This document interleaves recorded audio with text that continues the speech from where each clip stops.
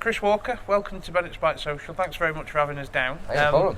I believe you've got a little bit of racing news that you're about to announce. Just talk us through it. I believe the Stalker's going back on a world tour. Yeah, well, as you know, being friends as we are, I've never officially retired, so I can keep dipping my toe in and out of things when I feel like it, and when the time allows. Ultimately, we're here today at the bike shop, and we've got this is tomorrow, and racing ultimately was the past, but I've still got a massive passion for going bike racing, still got a massive passion for motorbikes.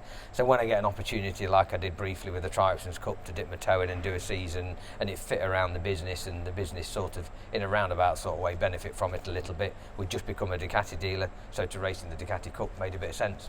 Rachel volunteered me, and the next thing I was on circuit, and that was it. So, and loved it, racing around with McGuinness and the boys, and Josh Day was multiple champion. It was a really good year, and the bike wasn't like a super bike where you felt the boss of it. You got 150 horsepower, but brakes that were the same as on a Panigale with 200 horsepower, and a chassis that handled amazing. So the bike outsteered and outstopped its performance. So you felt the boss of it. In being in my latter years, and not quite as in tip-top form as I used to be athletics-wise, it was an ideal fun year. But work commitments the year after got a bit busy, so ended up not doing anything last year. And then in a roundabout sort of way, I've kept an eye on. I always pretty much sort of hoped my career would take me in a path towards the end of it. And when I first started racing, way back with Terry Reimer as my teammate at Old Spice Ducati in 1996, he was doing world endurance. And then I was encouraged to do it in 99 when I signed for Kawasaki, because Simon Buckmaster was a team manager, an accomplished 24-hour endurance racer. My teammate was Hislop, who was an accomplished 24-hour endurance racer, and we went and did the Le Mans together, myself and the late great Steve Hislop, which was wonderful. Another chap, the third rider, was a French guy called Bertrand Sebelot, who was essentially a bike journalist, like a sort of older day equivalent to what Neavesy is now. He can pedal around fast on a motorbike, a really good guy, gets in the papers. It was the perfect sort of fit for a French Kawasaki team, and the three of us just did it as a one-off, and we were the Kawasaki number 2 team. The Kawasaki number 1 team had an issue, and the Suzuki team with Reimer and Whittam had a couple of issues, and we ended up winning the race. It was phenomenal. So I kind of always hoped that later in my career it'd come back round, and that's how I'd finished my career off, which is what Izzy did, it's what Reimer did, a lot of the boys from before that, Morrison and even Foggy to a degree, they did a lot of these bits in the past. But I got tempted to go sidecar racing, this, that and the other. It just never happened really, and my sort of superbike career sort of just fizzled out with any sort of big swan song. And I pretty much thought that ship had sailed. And then a couple of my pals and a close friend of mine, Dog, that works here, his mates, they'd race in the superstock class at World Endurance, which is the big 3 rounds, Spa, Bol d'Or and Le Mans, of which I've never done Spa, I've never done Bol d'Or, not even been to the circuits, only Le Mans, which is the race that we did and won way back. And having done a stag do this winter and bits and bobs, we all got together, and one of them out, the team owed me 100 quid at the end of it, and I said, oh, don't worry, put it towards a tyre for Le Mans, jokingly, and next thing I know, here we are, we're going racing World Endurance and the superstock class on a Kawasaki, and can't wait, really excited about it. Has it reignited the fire in you to keep going? Yeah, I mean, truthfully, I never really wanted to stop, but time takes its toll, doesn't it? Broke my back in the sidecar, which took the wind out my sails a little bit, and felt fragile for a year or two after that. And I don't do half as much off-road riding as I've done in the past, but I still love racing, and that the start line bit and the excitement and the build up to it is something that I really miss. And I did a season or 2 with tag racing as a technician in the team there, looking after Sean and being involved with the other riders as well, and absolutely love that. Tested, you were there yourself covering it all. Tested in Jerez, was it, and then on to Cartagena, and got some massive sort of encouragement from the people seeing me back out on a bike. It was pretty special, really, and so I've always kind of wanted to get back on a big bike if I had a chance, but only in something that I could actually do a decent job in, and I wouldn't be able to race around and do a full season of superbikes in BSB and be competitive week in, week out anymore. I know I couldn't, I'm in my 50s, but I've still got that desire, and I still put fast lap together. But endurance is slightly different. You do ride slightly below your maximum because you've got to do it for 24 hours. Obviously you don't ride around flat out for 24 hours. There's 3 riders and a reserve, and you do your stints on and off and on and off, but there's a limit to how fast you can push and how fast the bike can cope with going for that period of time. So yeah, it's a chance for me to get back on a big one and see if I've still got some pace. What are you expecting from it all? Because when you first told me it was World Endurance, I was a little bit shocked. So what are you expecting from it all? Well, I mean, it's in the superstock class, so it's not, and it's, you know, they've not, the team itself is quite an accomplished team. ADSS, they've got support from Kawasaki and some brand new bikes for this year. We're off out of Spain testing those in just straight from the XL show in London. The actual team announcement as such is at the XL show on the Kawasaki stand. And then we'll go from there to Spain, and pretty much kind of after, we've got 3 days at Andalusia, 3 days at Valencia, and I guess by the end of those 3 days, if I can still walk and not had cramp for 5 days out of 6, I'll pretty much know roughly where we are. But the team's done quite well, you know, for a pretty much self-funded team with the guy Chris Platt, who's the team owner. Kawasaki, Craig, as I call him, Craig Watson from Kawasaki. He manages the team and looks after the garage side of things, and a couple of technicians that I've worked with in the past. So the team's quite strong, to be honest. And then riders-wise, Platty's the lead rider because it's his team. Levi Day is the second rider. I'm the third rider, and then the reserve riders, Craig Curry, who was my teammate in Tri-Options Cup. So it's a really good team. We're all mates. You know, from top to bottom, everybody gets on. So whilst, you know, ultimately I want it to be a bit of fun because I want to enjoy it. I'm away from the business, so I've got to, you know, want to sort of justify it in the terms of having a good time. But I don't want to go there and just wobble around at the back. You know, Platt is ultra competitive. Levi Days, you know, as Tri-Options Cup champion, he did well last year on the stocker stuff. And you know, there's no reason really why we can't be competitive. But you know, until we get there, I've been out of it for that long. I did Le Mans in 1999, so I did a 24-hour race 24 years ago, and I've never been back since. So truthfully, I don't know where we're going to be, but I'd like to think we can be competitive. How do you think the 24-hour side of things is going to affect you? Because, like you said, the last time you did it was 99, and you were a little bit younger and a lot younger back then. So, have you put anything in place to maybe help yourself during the 24 hours? Because it's not like a car race where you get an hour and a half, 2 hours off. You're literally getting what, an hour and 20 minutes off the bike. When I did it the first time, again, a bit like now really, I didn't know what to expect. I'd never done a 24-hour, I'd never been to watch a 24-hour. I knew it lasted 24 hours, and some people go to sleep in between the stints because 2 riders, you go on, then another rider, then you're back on. But I soon learned that when you got there, it doesn't always work out like that. I did a stint in the wet. I was fast when I came in. I remember getting off the bike. I was desperate for a pee. The bike was desperate for tyres and some fuel. And they went, no, you have to get back on the bike. You know the conditions better, and stuck me back out there for another hour. And so I did like 2 hours instead of the 1 hour, and then had a shorter break. So you never know what's coming. But at the end of the day, I've been training quite a bit over the winter, been cycling a lot. I didn't sleep at all when we did it last time. I do believe this time I'll have a nap in between stints potentially. I know Chris Platt likes to have a sleep between stints, and certain riders do. I'm not. I don't know whether I'll be able to or not. But I remember last time we did it. Wow! Although the race starts at 2 p.m. and finishes 24 hours late at 2 p.m. on the Sunday, you kind of arrive at the circuit 8-9 o'clock. There's a warm up, and then there's the downtime before the race. So you've already been up since 7. So you've done your 5 hours before the race starts. Then we did the whole race, having not slept. Then it was drug testing, pee testing, podium. Then it was partying. I did a 40-hour stint without any sleep, and pretty much spent all the prize money while we were out there before finally hitting the bed. I don't suppose I'll be quite at that level, and I'll have my little girl Rosie there to support me. It'll be their first endurance race, the first one Le Mans during the school holidays, so that'll be pretty special. Obviously Rachel, who's been my visor cleaner since she met me all those nearly 20 years ago, so she'll be there as well, which I didn't have any of that before. My mum and dad came along in the past. So yeah, I think the only way you can prepare for it really is just dive in feet first and get your head down in the first one and see how you go. Is it going to be a big help for you going in with mates and, like you say, with Rachel and Rosie as well? Is that going to help you? Definitely, yeah. I mean, I've got a couple of my old sponsors have come on board to kind of and supported the team a little bit, which has enabled the sort of space for me to be there really. Platty's been brilliant. I've known him for a lot of years because he's real good pals with the best mate of mine, Mark Davis. So I've known Platty for many years since they were racing in British Supersport, in the 20 years ago.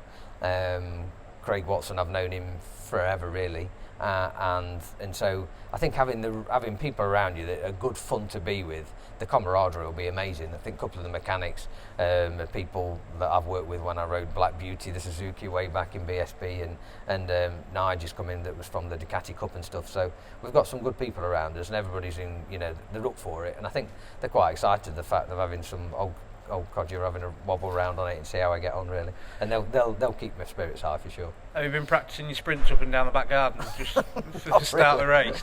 No, I mean what I have done is had a bike built for myself. So we've been with MSS, Nick Morgan and Spanner. They've been building a bike for me to basically have as a practice bike, so I can get some miles under my belt before the first round. Le Mans, it comes around quite fast really. It's in middle of April, so it'll be here before we know it. So I'm going off to Spain, and although I'll ride the team bike, I've also got my own bike to ride, so I'll be able to get out between Spain and Le Mans and do some proper long days on the bike and stuff, and just kind of get me accomplished and strong enough again to ride a superbike. So they're quite looking forward to it. ZX10, not ridden one of the latest model ones. It's the only ZX10 I've not raced every model there's been throughout the ages. So quite excited to get on one of them and see what they're all about. And the bike that MSS have built me, it's got the same suspension and certain things that the endurance bike will have, obviously just minus some lights and bits and bobs like that, but it's really nice actually. I can't wait I'm going to fetch it on Friday, so quite excited.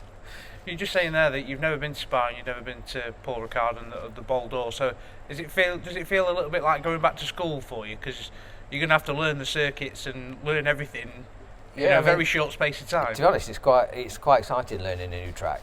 I rarely get the opportunity anymore. There's not many tracks I've not raced around, and there's a few tracks. Obviously, MotoGP go a lot further afield than they used to when I had my short stint there, similar to World Superbikes do. But the normal tracks that you hear of and that are just quite close by in Europe, there's not many that I haven't had a wobble around at some stage.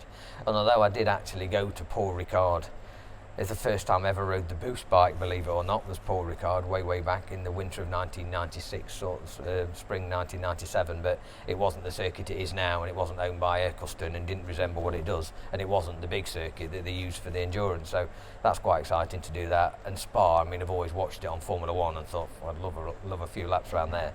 But before every race, there's a 2-day test about 2 weeks before, so you've got those 2 days to kind of learn the circuit, get up to speed, and actually you're not short of laps at an endurance. I think each event you pretty much get the whole of a BSB superstock season in one event, so we're not short of track time. So that's at the end of the season. What would you hope for the ADSS Kawasaki team? What would you like to come away from the end of 2023 with? A podium? I know Rosie loves a trophy. She'll be wanting to. She does love a trophy, yes. I went to Boastie's place flat tracking the other week and spent the day there and came back. I'd had 3 wins and 3 third places, which accumulated wasn't good enough to get me on the podium. I finished 4th. The disappointment when I arrived back at the Walker household was untold. It was mad. So yeah, she'd be disappointed if we didn't get a sniff of a podium. So I have to wait and see. Hand on heart, I haven't got a clue till we do a race. But I'd like to think with the lads that are in the team, the quality of the equipment we're on, and if you need a bit of lady luck on your side for an endurance race, and I've not always been blessed with that. but yeah, fingers crossed that'd be really special if we could. Have you been speaking to John about racing at 50? Because he's still going. Is he still going, isn't he? Yeah, to be fair, I haven't spoke to him this year. I've not seen him. Hoping he's always at the XL show, so I'll bump into him there and have a good chat.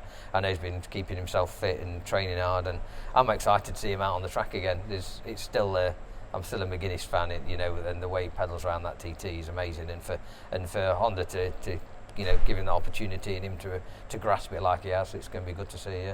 Shame we won't be able to race against him at the go-kart thing this year. Let's talk about BSB just quickly. Yep. We'll turn off topic from World Endurance. New showdown format this year. Is that something that you were expecting? Do you feel that maybe the old system had run its course? I don't think it's the worst thing to do, to give it a bit of a shake-up. You do hear a lot of times in the paddock that I was only going to get 4th. There's no podium credit, so it wasn't worth risking anything. And when you start to hear conversations like that, it's not the same, is it, as when every race, every point counts. There is no perfect scenario for the championship. The old school way of just doing it, where 25 points for a win, 20 just, and whoever's got the most at the end of the year win. That worked forever. And then the showdown came along, and that took the thing out of the equation where you'd got a runaway winner like we had with Cammy way back. And so that worked for a while. But things run their course, don't they? So I don't think it's a bad thing to do to shake it up. You know, there'll be winners and losers of it, just like there always is. But Higgs is not daft. He knows what the championship needs to keep it different, to keep it special, and to keep the spectators happy. So, you know, the only thing I ever have against showdown type rules is when they're difficult to understand. When somebody just pops in and out of the championship a bit and doesn't watch every race every week, they kind of don't know quite so much what's going on. But at the end of the day, the people that support it properly know they know more than the riders, don't they? So yeah, it'd be good, I think. There's been a bit of a shake-up this year, obviously. Sykes has gone back to World Superbikes, Taz has gone, Bradley Ray's gone, so there's a few youngsters now up and coming through the series. Is that nice for you to see that those lads have got the chance in Worlds, and now the younger lads have got the chance to come through and follow in their footsteps? Yeah, you need that cycle to happen, to be honest. I do think it's great that people do come back, you know, like when Leon's come back and then Sykes has come back. And the fact that when they do come back, they don't necessarily dominate also shows adds to the credibility of the BSB. It's also quite a niche racing, you know. I remember when I went to the Worlds and came back, going around Cadwell Park, having not been round it for 7 years, felt quite different to when I was doing it every week. But you know, Sykes, when you know everything fell into place, he was still phenomenally quick, and he's gone back and he's only, you know, less than half a second off Johnny Ray on what you could only say was being not quite as competitive bike as what Johnny's on. So he's still got the pace, but didn't dominate in BSB. So I think that's great. But when the youngsters finally get their chance to shine, it's really special, you know. With that, I was lucky enough way back in 1997 to get the chance to ride the Cadbury's Boost Yamaha as a relatively newbie, having never really been on a superbike previously, and got a shot with a proper team on a proper bike in a mega championship, and grasped it with both hands, and you know, and it kind of leapfrogged me into you know, a 15-20 year career on a superbike. And there's a few lads in that paddock now that deserve that chance, and they deserve to move from a team that's not necessarily got the best funding to a team that has, so they can show their worth. Because at the end of the day, unless you've got the right stuff around you, you can't always. The bikes are closer because of the new rules, but there's still the teams with the biggest budget still do the most winning, don't they? Mm-hmm. And I think there's some great riders shifted this year. You know, I'm looking forward to seeing, you know, some new faces on the podium. I think it's amazing how confidence instantly comes when it happens. You know, you've only got to look at Bradley Ray. Yes, it was an ex-McCann's Yamaha, still run by a fantastic team, OMG. But to see him get the confidence that he had way back when he was on the podium a few times, and to think his self-belief instantly just, you know, it was like he was unbeatable, wasn't he, at times? The pace he had and the way his corner entry, his confidence came from his results. And there's people out there, like I'd say that might happen to young Vickers, you know, on the proper bike with a good team. And he's had some good bikes and good teams, but if he's a bit more settled and they got that, it just gains some momentum. And you know, he's not as young as some of the others, but look at Liebob. You know, Liebob's been knocking on the door for some time, and what he did last year, you'd have to say was pretty special. When he was fast, he was amazingly fast, and he'd teach him how to get off the start. That's his biggest weakness, I think. The first lap or two just never quite gets to the start, but I think he could be a title contender this year. And the Kawasaki, they've got a bit more support from the factory. Whether it'll be around by round one or not remains to be seen, but they've definitely got a bit more, a bit more assistance. They're taking a bit more note. When you look how good Johnny Ray's bike is in the world, yes, you've got Bautista on the extra special V4R and Top Rack doing what he's doing, but that Kawasaki's an amazing bit of kit, really, and they've never had anything like that anywhere else in the world. And if FS3, as a team, they've invested a lot. If they get that bit of support that they've been promised for this year, then I think Liebob could be a bit of a surprise. You just said there that you think that Liebob's going to be a bit of a surprise.